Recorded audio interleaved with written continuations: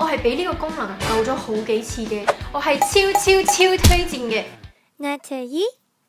Hello， 大家好，我係 Nettie。咁話說咧，我今次去日本旅行嘅時候咧，就發現呢幾款免費嘅 app 都幾好用，所以咧我就想介紹俾大家啦。咁我哋去得日本旅行，梗係都想食啲當地嘅美食噶啦。咁到底日本人佢哋自己又係點樣揾好嘢食嘅咧？咁我第一個想介紹嘅 app 咧就係 Instagram。原來咧日本依家年輕嘅一輩咧，好多人都會用 Instagram 嘅 hashtag 功能嚟揾餐廳嘅。咁喺日文咧就叫做 Taguru。雖然咧我哋都可以直接打中文啦，譬如 hashtag 東京美食咁，但係如果我哋想揾日本人推薦嘅美食咧，我哋就可以好似佢哋咁打日文嘅 hashtag 嘅。譬如我哋想揾東京新宿有咩好食啦，我哋就可以打新宿グルメ。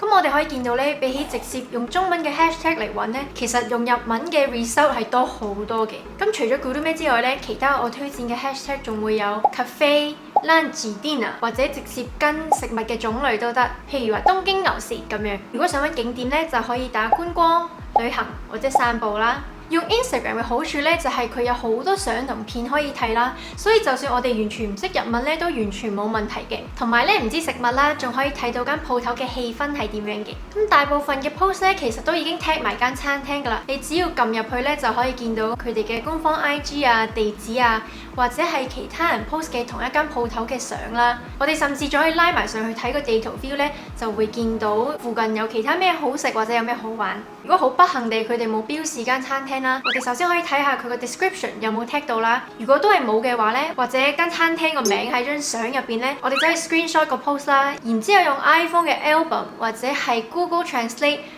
翻張相上面啲字咧，或者咧直接複製個店名出嚟都得嘅。咁另一樣可以利用 Instagram 嚟做嘅嘢咧，就係我發現好多餐廳咧都係冇網上預約系統嘅，咁我哋又打唔到電話喎。呢個時候咧就可以試下咧用 Instagram 去 DM 間餐廳嘅官方 IG， 睇下可唔可以 book 到間餐廳啦。咁除咗 Instagram 之外咧，唔知有冇其他人好似我咁咧，每次揾餐廳嘅時候咧，都一定要睇咗 rating 先嘅。咁呢個 app Tabelog 就可以幫到你啦。Tabelog 你基本上可以當係日本人嘅 OpenRice 啦，因為咧如果我哋直接睇 Google Map 咧，就會有好多遊客嘅評價啦，咁就未必夠地道。雖然咧佢係一個 app 啦，但係如果你唔識日文嘅話咧，其實我會建議用翻網頁版嘅，因為咧我哋只要用 Safari 或者 Chrome 咧就可以直接翻譯成個網站噶啦。咁頭先喺 Instagram 度揾到嘅餐廳咧，我哋就可以直接 paste 個店名落嚟睇佢啲評分啦，或者咧用呢個 app 咧就可以直接咧用中文去 search 位置、餐廳嘅類型或者根據預算等等嚟揾餐廳嘅。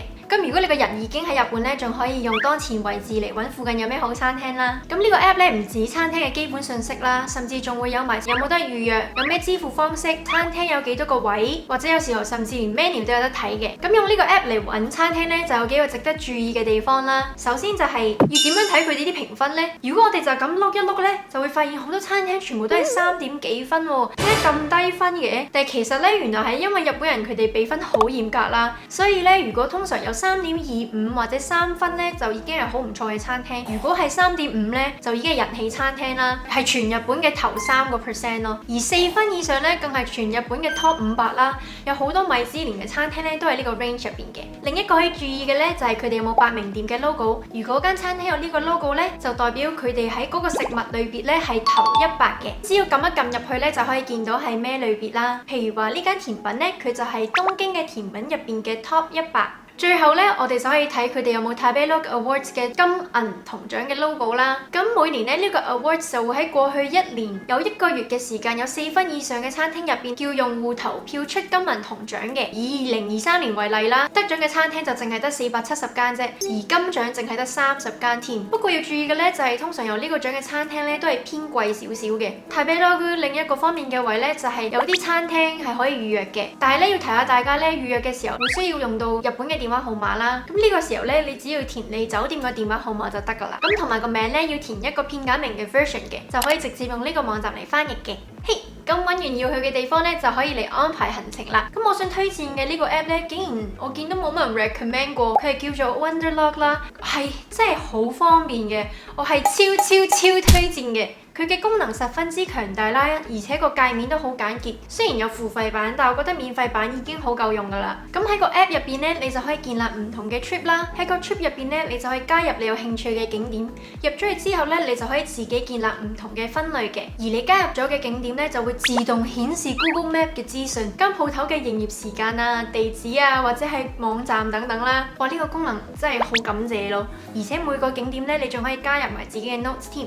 咁如果你係同其他人一齊旅行呢，你就可以 share 埋個 trip 出去，大家一齊 plan 嘅。喺入完所有嘅景點之後呢，你就可以喺地圖 view 度睇晒你所有加入咗嘅景點啦。咁如果你想根據區域嚟安排行程嘅時候呢，就真係好方便啦。而實際嘅行程呢，佢係按天數去安排嘅。我哋喺入咗每日要去邊之後呢，佢就會直接顯示翻當日嘅營業時間啦。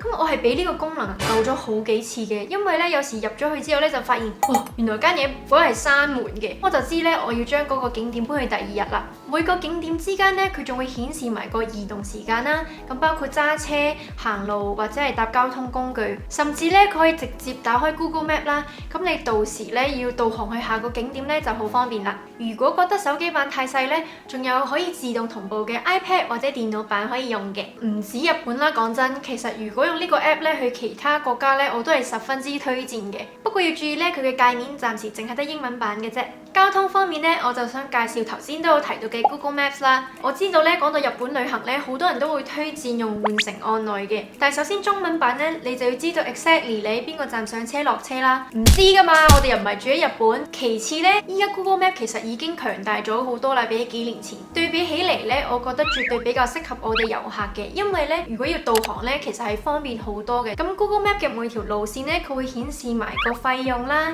邊個出口入同埋出班次時間等等，甚至咧仲會顯示埋邊個車廂離出口最近嘅。我哋仲可以選項到緊優先顯示換乘嘅次數比較少、步行時間比較短啊，又或者係費用比較少嘅路線嘅。下一個我要介紹嘅 app 咧就係方便大家出入閘嘅 Wallet 交通卡。好可惜呢個方法就淨係得 iPhone 先有啦，我哋就可以直接喺 Wallet 個 app 入邊咧購買 Suica、Pasmo 等等嘅日本交通卡啦。或者咧，你可以將你而家有嘅卡咧 transfer 到去你部電話度嘅，然之後咧你就可以直接用你部電話或者係 Apple Watch 嚟出入閘啦。你仲可以隨時隨地增值啦，唔使再喺車站度排隊入 cash。如果係便利店或者藥妝咧，都係嘟一嘟就可以直接買嘢，非常之方便嘅。最後，我想大力推薦嘅 app 咧，就係可以方便寄存行李嘅 Akbo Cloak。